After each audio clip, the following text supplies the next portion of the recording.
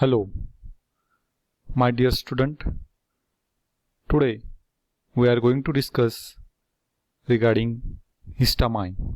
Myself, Dr. Rishikesh Pacha, working as a professor in the Department of Pharmacology in Kalyani Charitable Trust, R.G. Sabka College of Pharmacy, Anjaneri, Nasik, Maharashtra. So basically, histamine is a naturally occurring imidazole derivative that you know very well. At the end of this session, students able to recall the histamine receptor type, classify the receptors and types of drugs acting on it, and able to explain the pharmacological action, clinical uses, adverse drug reaction and contraindication of antihistamine. So there are four different types of histamine receptors, basically H1, H2, H3 and H4. All these four types of receptors are G protein coupled receptors. H3 receptor is predominantly presynaptic one. H1 and H2 receptors are postsynaptic. H4 receptors are located on blood cells, especially eosinophil, neutrophil and CD4 T cells. If you see here the chart, histamine receptors, so we know very well that histamine type of receptors are a G protein coupled receptor. So receptor type 1, H1, its distribution, it is distributed in smooth muscles, basically in intestine, bronchi and uterus. Then that causes the contraction.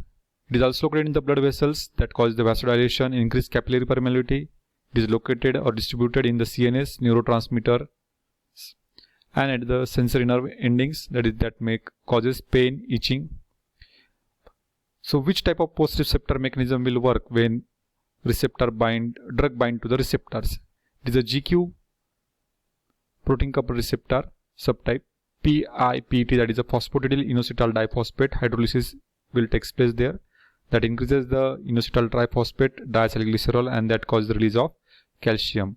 The agonist agent, that is a histoprodiphene, antagonist triprolidine, chlorpheniramine.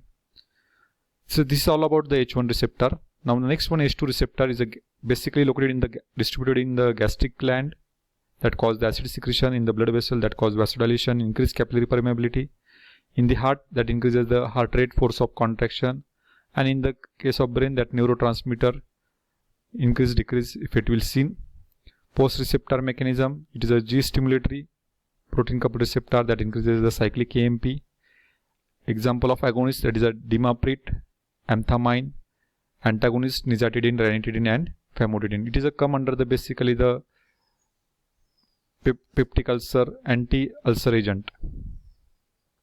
Histamine receptor 3, which is located in the brain presynaptically, decreases histamine, norepinephrine and acetylcholine release. It is available in the lung, spleen, gastric mucosa, that decreases the histamine release secretion. In the blood vessel, that causes the vasodilation. It is a G inhibitory protein coupled receptor, decreases the cyclic AMP, decreases the calcium influx and opening of the potassium channel. Example of agonist are alpha methyl histamine imitate, antagonist idofenopropate, clobenopropate, thiopyramide. Then H4 type of receptor, it is located in the blood cells like eosinophils, neutrophils, CD4 T cells, chemotaxis of WBC. Their function, production of blood cell types. It is also G inhibitory protein coupled receptor, decreases cyclic AMP and that causes decreased calcium influx. Example of agonist, that is a imitate and clozapine, and antagonist, that is a thiopyramide. So now we will see the receptor mediated pharmacological action. So we start with the first one, H1 receptor or H1 action. Histamine is a powerful stimulant sensory nerve endings, mediating the pain and itching. Articular response to insect to bites and sting. Smooth muscle product produces the bronchoconstriction when H1 receptor or H1 agonist will bind to that H1 receptor. Spasmodic contraction of the ileum and uterus that may take place. Contraction of intestinal smooth muscle that results in the intestinal cramp and diarrhea. Increases the secretion of exocrine gland that stimulates the adrenal medulla to release the norepinephrine and mediate the maintenance of wakefulness. So these are the receptor mediated pharmacological action of H1 receptor mediated actions. Then receptor mediated pharmacological action of histamine receptor 1 and histamine receptor 2. Stimulation of both the causes dilation of arteriole and post-capillary venules. As a result, there is a remarkable fall in blood pressure, then headache and endothelial releasing factor releases there. Positive chronotropic effect, that is a basically predominant H2 effect. Positive inotropic effect, that is a H1 and H2 effect on the heart. Triple response is produced. Basically that is a triple response, means which includes flush, wheal and flare, is mediated by both H1 and H2 receptor. Anaphylactic reaction, that is a severe hypersensitivity reaction. Then bronchospasm, angioneurotic edema and hypotension. These are the H1 and H2 receptor mediated pharmacological action. Then basic H2 action. So histamine is a powerful stimulant of gastric acid secretion, and H2 receptor is located in the gastric parietal cell. Then H3 actions. In the CNS as well as ANS, the presynaptic H3 receptors serve as a feedback inhibitor for the release of histamine, norepinephrine and acetylcholine. Activation of H3 receptor present on sympathetic nerve terminal in the heart decreases norepinephrine release. Hence, it helps to prevent the arrhythmia and cardiac damage that may result from norepinephrine discharge during stress or ischemia. H3 receptor activation by histamine rather inhibit gastric acid release and block the certain inflammatory processes. Clinical uses, toxicity and contraindication of histamine. Histamine injection is used as a positive control for skin allergy testing. So it's no other clinical uses. Then adverse effect, flushing, hypotension, headache, wheal formation, bronchoconstriction, gastric acidity and intestinal cramp. So these are the adverse effect of histamine. It is a contraindicated in patients of asthma and peptic ulcer. So asthma is there is a bronchoconstriction. In peptic ulcer there is a excess secretion of the hydrochloric acid. So such type of agent is a contraindicated in the both condition.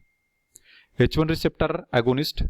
Beta histine is a H1 receptor agonist used to treat episodes of vertigo. That is the dose is a 8 to 16 mg BD orally. It causes vasodilation and improves the blood flow to the labyrinth and brainstem.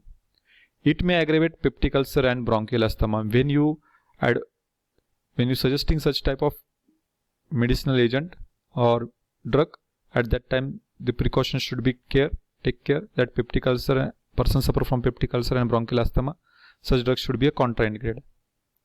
H1 receptor antagonist. So antihistamine, it is also called as a antihistamine. It's a competitive antagonist at H1 receptor. There is a competition between agonist and antagonist and for the same receptor. Okay, so we know these are the various types of agent, diphenhydramine, chlorpheniramine, so that we will discuss further.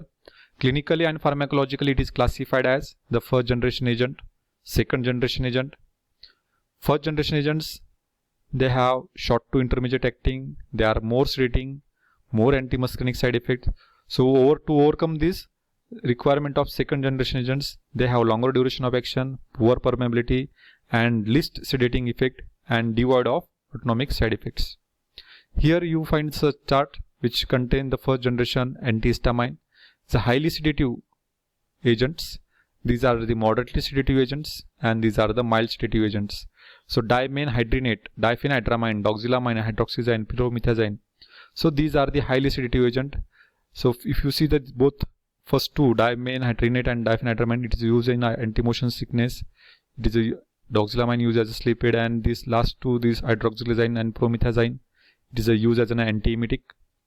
So dose, if you see the 25 to 50 mg orally, its duration of action near about 4 to 6 hours and they have anticholinergic activity.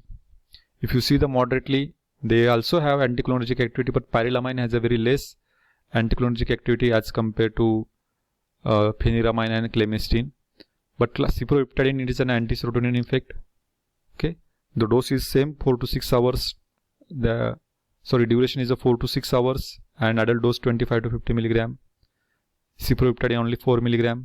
If you see the mild sedative agent, So 25 to 50 milligram. So their duration of action is 12 to 20 hours. It has a less anticholinergic effect. If you see here cinnarizine, just 25 to 75 milligram oral dose. So 4 to 6 milligram duration of action. It is a less anticholinergic activity that used in the vertigo calcium channel blocker. Okay, then trifluorolidine, 2.5 to 5 milligram dose, duration of action 4 to 6 hours, and it is a very less sedating. Okay, after pyrilamine, this trifluorolidine is another mild sedative first generation antihistamine is available. Second generation, fexofenadine, cetirizine, estimazole, loratadine, desloratadine, levocetirizine, avastin. So if you see that once a day oral 5 to 10 milligram, that dose is available for adult, and their duration of action is 12 to 24 hours. If you see here, desloratadine is anti-inflammatory activity as well as antihistaminergic activity.